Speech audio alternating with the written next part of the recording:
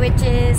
Sorry I look kind of crappy today, but I spent the entire morning in the dentist office. I got my permanent crowns today, so see, my whole bottom is now permanent crowns. I'm getting 2 implants put in this little space that you see, and another one on the other side, so I'm getting 3 implants put in a few weeks. So that's where I was this morning, and that's why I'm all messy looking.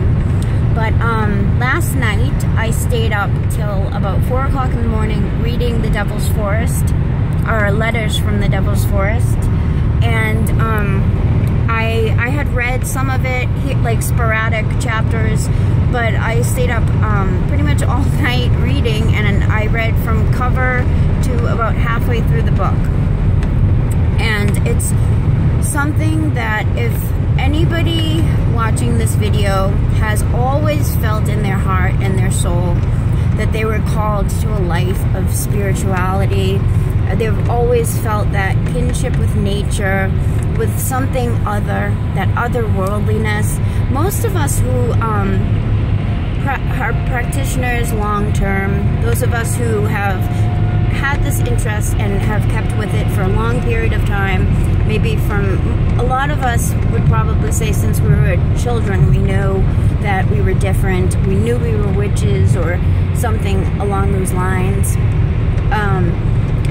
Most of us have always felt that kinship, and I would recommend anybody who feels that way and wants to devote their life to some kind of spirituality of this type, of occultism, mysticism, shamanism, all those kinds of things, that this is definitely a must read.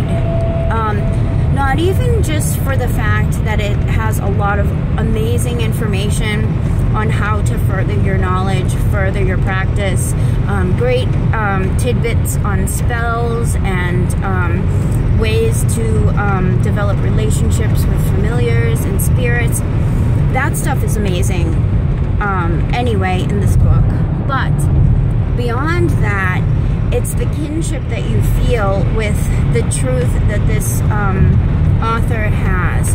It reassures your soul that you are like others of this kind, that you are just one of these particular people who your fate has been dictated for you. You were born to be this and to feel this kinship. And you don't have to answer to it. There are many people who may be called but do not answer. People who choose for whatever reason not to pursue, not to accept the challenges or accept the burdens that come with such a life. Because it's true, when you are devoting your life to spiritual things, to helping others, it requires a bit of suffering and a bit of sacrifice that some people are just not willing to make. It also makes you feel kind of on the outskirts of things at times. Kind of like, although you are a part of things and you have friends and you have family, there's something within you that you just never quite fit in. And many of us who are witches or some kind of occultist practice, we all kind of share that strange feeling of never quite fitting in exactly. And it doesn't mean you might not be popular, you might not have a lot of friends, but it's a feeling of connectedness that you just don't quite have. You're connected more to things in the unseen. You're connected more to the animals, the spirits, the fae, or something along those lines. Many of us have a particular affinity, a particular gift, some of us with animals, some particularly gifted with communicating with the fairies. You know, we all have different gifts and different burdens that we bear, different trials that we have to overcome in order to get to the next level. But as you read this book, you really feel that kinship that is often missing in your life, and it gives you the guidance on how to deal with it and the pluses and minuses that come with it. And it really makes you realize, for me, it made me realize I am accepted accepting that, and I'm willing to accept that. And even if it requires more burdens, more sacrifice on my part, for me, the benefit outweighs the sacrifice. I'm willing to bear those burdens. I'm willing to do without. I'm willing to suffer that others may learn, that others in future generations may be wiser from what I've learned, or what I've suffered through, or what I've taught.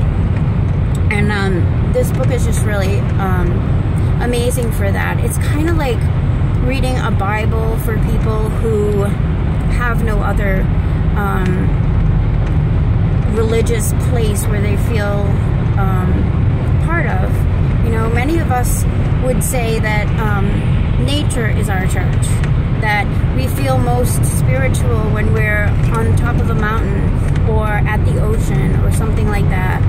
And it really reaffirms that something inside of us calls us to that kind of a life. There's something in us that's very ancient, that's there, that the majority of people, especially now, have forgotten or repressed or pushed aside.